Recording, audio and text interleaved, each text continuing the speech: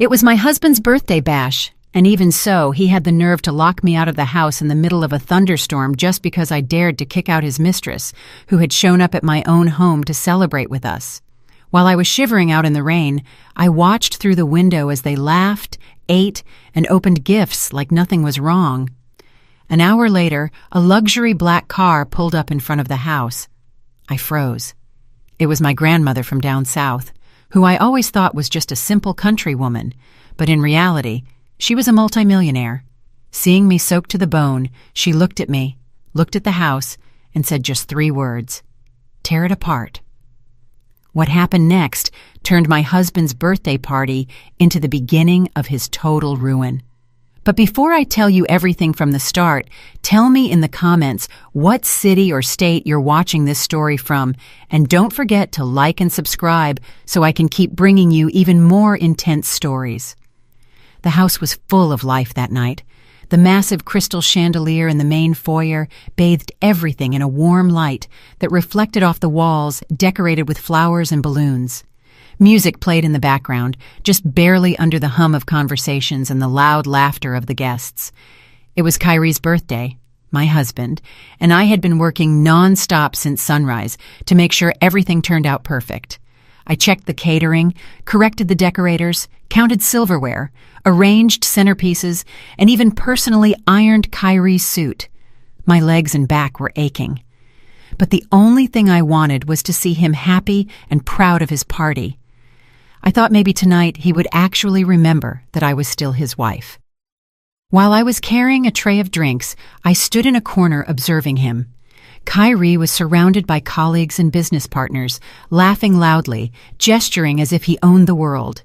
He looked sharp in his expensive suit, the designer watch gleaming on his wrist, a glass of wine in his hand. However, there was something that pierced right through my heart.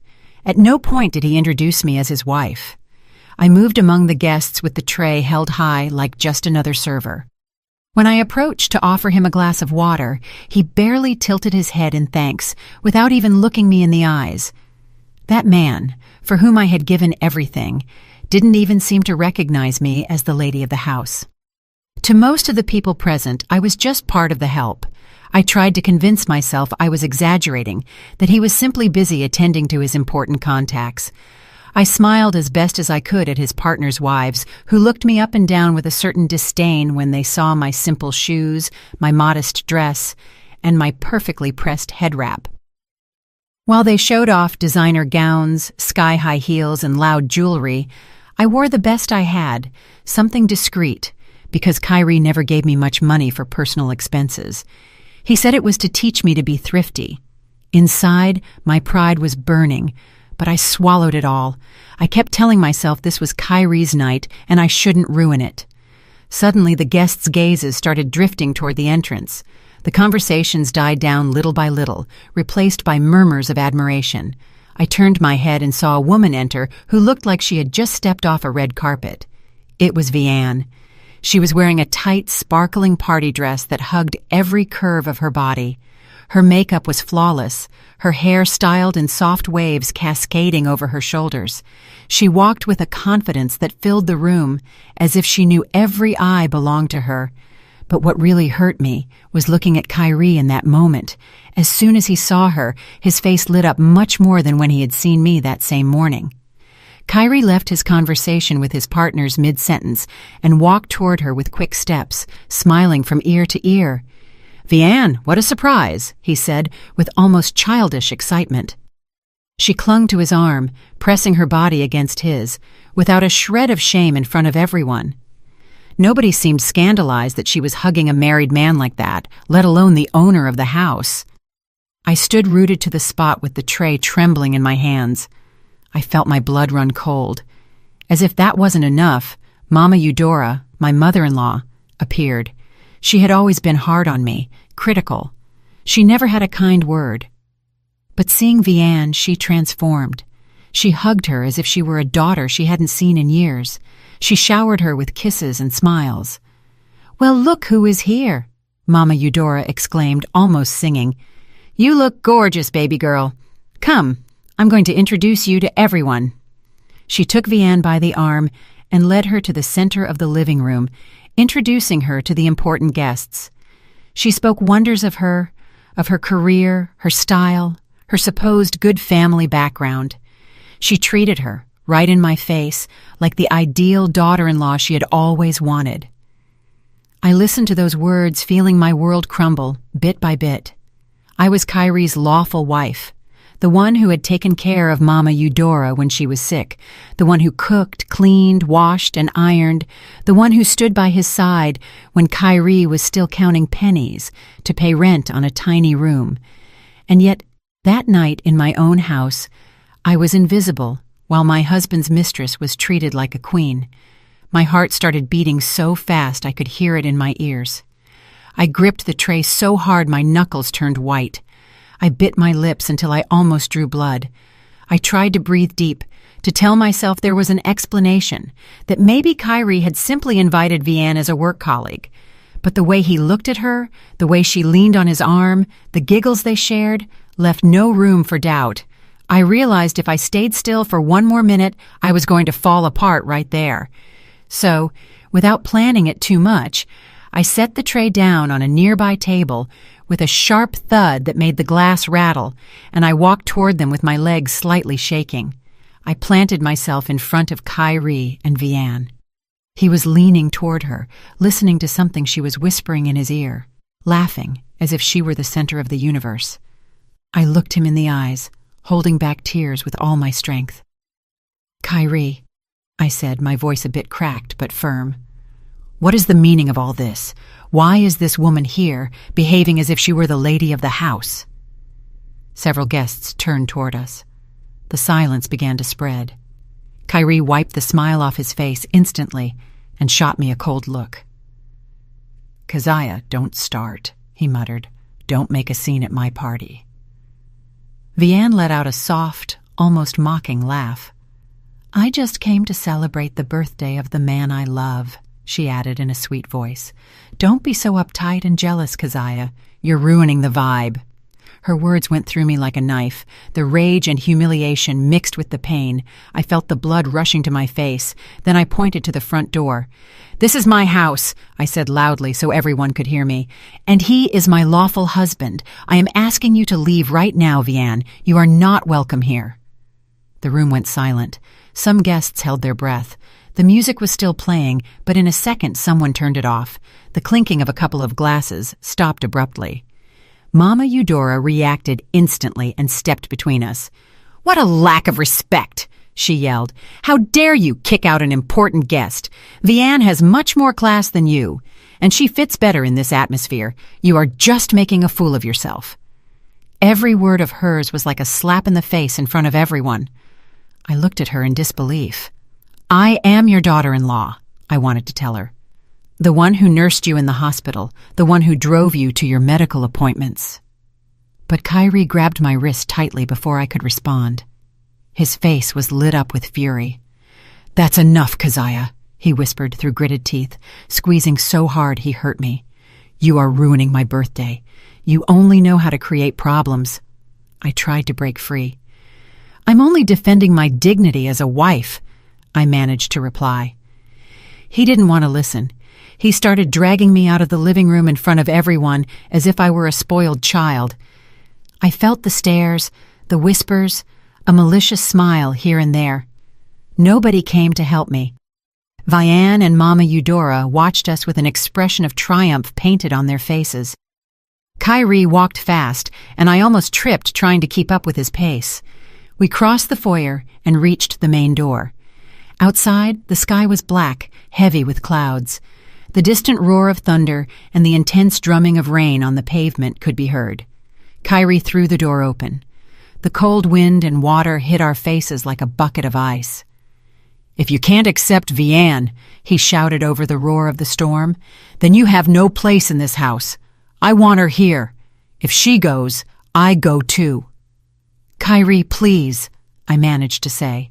He cut me off. "Take this as your choice." Without another word, he shoved me outside roughly. I lost my balance and almost fell to my knees on the flooded porch. Before I could compose myself, he slammed the door shut. A second later, I heard the metallic sound of the deadbolt turning. That combination of noises, the slam of the wood and the click of the key, sounded to me like the final closing of a chapter of my life. I stood motionless for a moment with my back to the door, feeling the rain infiltrating every seam of my clothes. My dress stuck to my body, my head wrap got soaked, and water started dripping down my neck. I was so cold my teeth were chattering. I turned around again and started pounding on the door with my fists. "Kyrie! Kyrie, open up!" I screamed with all my might. I knocked again and again, but nobody answered. The sound of the music started playing faintly from the other side, as if the party had resumed. The rain intensified. The water ran down my face, mixing with my tears, blinding me. My fingers hurt from knocking so much. Finally, I let them drop to my sides. I took a few stumbling steps and went around the house until I reached the large living room window. The glass was covered in raindrops, but I could see enough. Inside, the party had continued.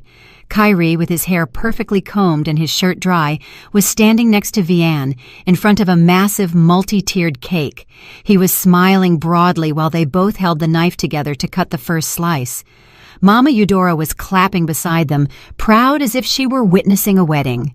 The guests, comfortable and well-fed, celebrated, laughed, raised their glasses, and ate the food I had ordered that very day. I rested the palm of my freezing hand on the cold glass. For a moment, I wanted to hit it with all my strength, break it, burst into the living room, and scream at them that I was the lawful wife, that house was mine too, that I was dying of cold outside while they toasted. But my strength was fading, my lips were turning purple, my legs numb.